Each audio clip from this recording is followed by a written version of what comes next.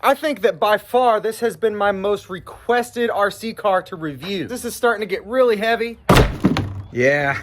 So we've got some brand new batteries that we are going to use for this. We are going to test drive it before our bench review. It's got great suspension though. Comes with a manual, some tools, some adjustment shims for the shocks, the standard SLT3 transmitter. I cannot wait to see what all the hype has been over this thing. And if it is anything like these other 10th scale beasts that I love, I am sure I will not be disappointed. Unfortunately, Max is at school, but otherwise, what are we waiting for? We're gonna pack these other worldly beings into the car, and also of course our most precious cargo, and then we're headed out to a new location.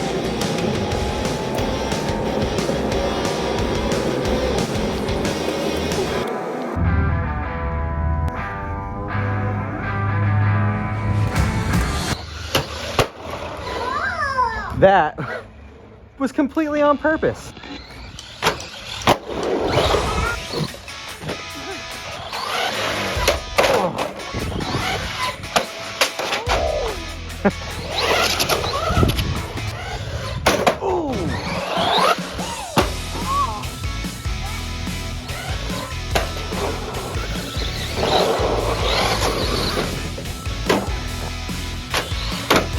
Oh.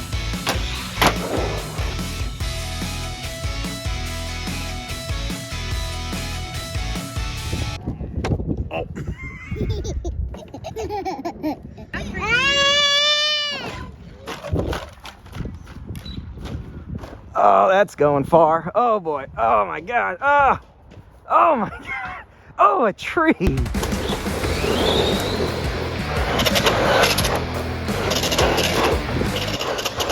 No.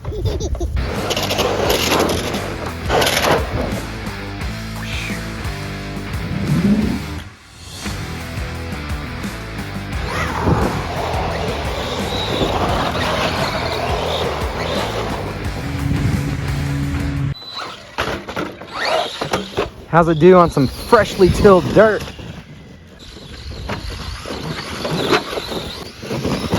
This just glides right over it when it's going fast enough.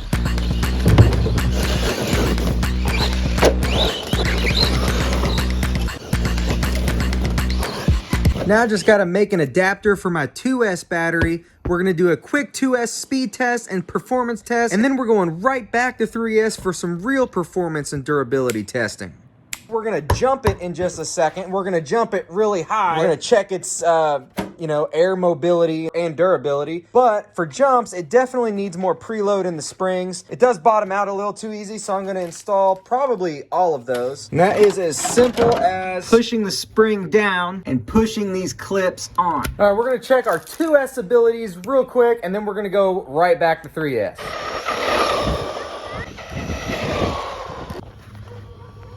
33.3.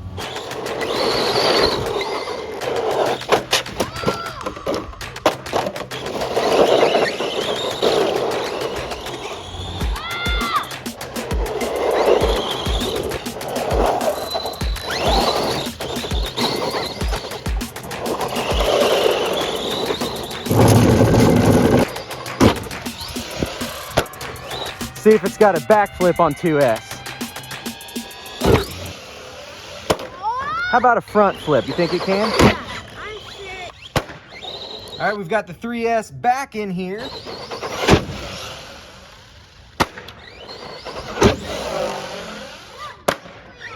No problem.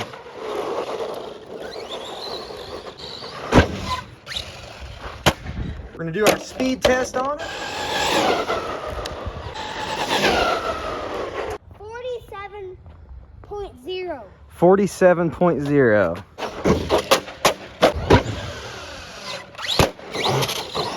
Ah.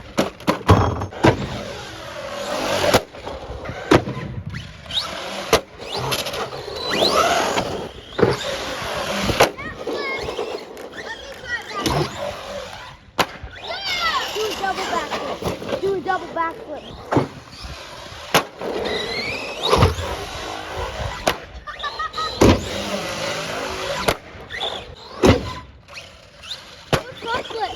Do a front flip and then a backflip in the air. I'm gonna try it. Oh. That was only half anyway. Need more air for that one.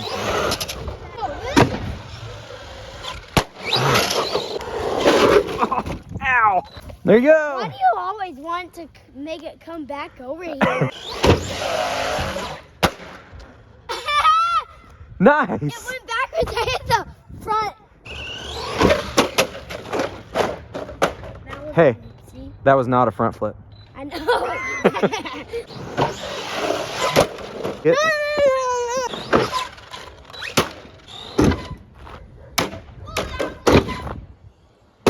Ah.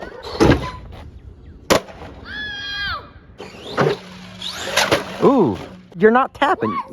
You just got to do a tap. Not a full-on, like, love on it. You got to tap. Ladies and gentlemen, the Arrma Granite. We were really gentle on this. We probably babied it a little bit too much.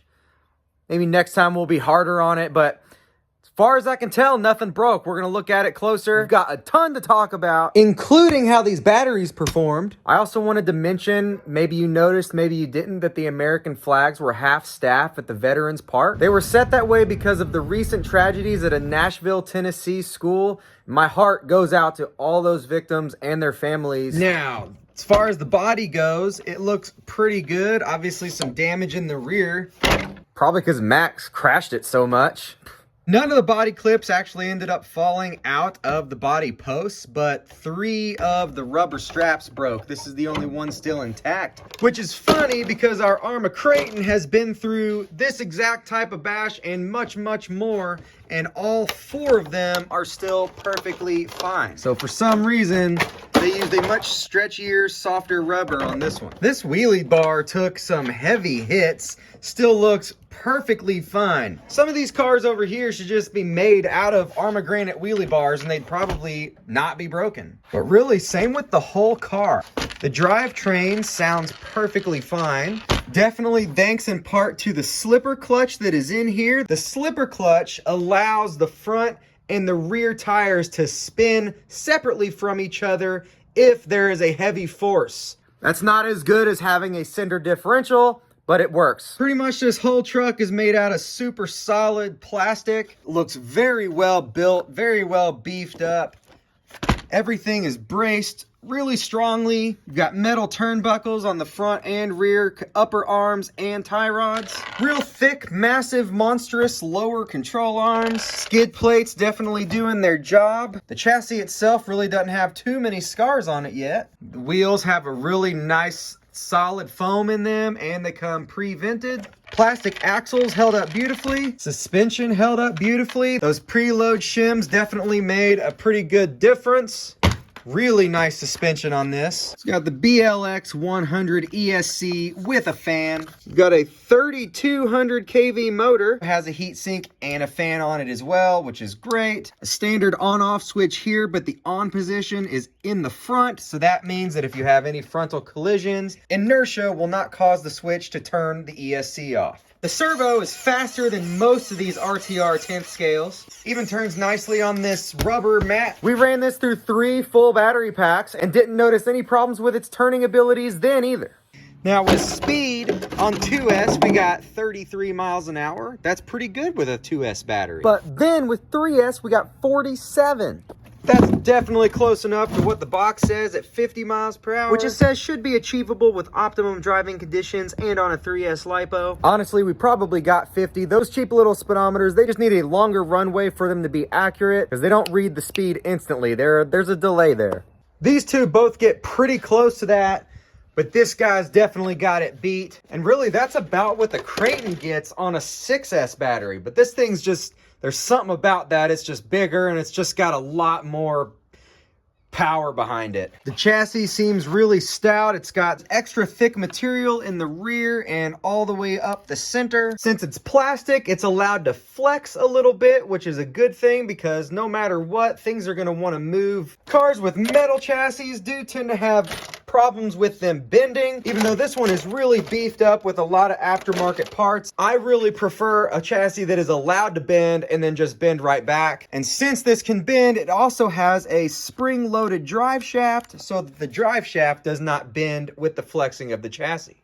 I talk a whole lot about flexible plastic on this channel. Most of these cheaper off-brands, that's just what they come with. Stuff that flexes and moves around so that it doesn't break. Plenty of non-cheap brands do it too, like this one. But it seems like what they did with this thing is just made it as solid, high quality, non-bending plastic as they could, and it works. I mean, this thing is solid as a rock. I mean, the size of these front knuckles alone are huge. Almost the whole inner diameter of the tires. Both of these batteries seem to give us about 20 minutes each. 20 minutes is a really good amount of runtime, so I like that. And we ran this thing through 2 full charges on here, which was basically 40 minutes of beatings. And it kind of looks like it's starting to separate here, the case a little bit. So I'd really like to see batteries like this come wrapped with a plastic, like a heat shrink. But these are definitely budget friendly. I mean, this is the battery that was in it when it tumbled down that hill, slammed into a tree, took several front end collisions, jumped 20 feet in the air, landed on its roof, on its front, on its back. So far, solid batteries. Links in the description, of course. Also, link to this truck. This was amazing. I have absolutely nothing bad to say about it. Well, actually, it tips over a little too easy because it's fast. And it's also a little bit narrow because that's just what they're going for with this truck. But there are some mods for getting slightly longer suspension arms, so I'm probably going to do that in the future, probably pretty soon. Hopefully this video was as fun as it was to watch as it was to make. Thank you for watching. Please subscribe, hit the notification bell, like this video. See you very soon.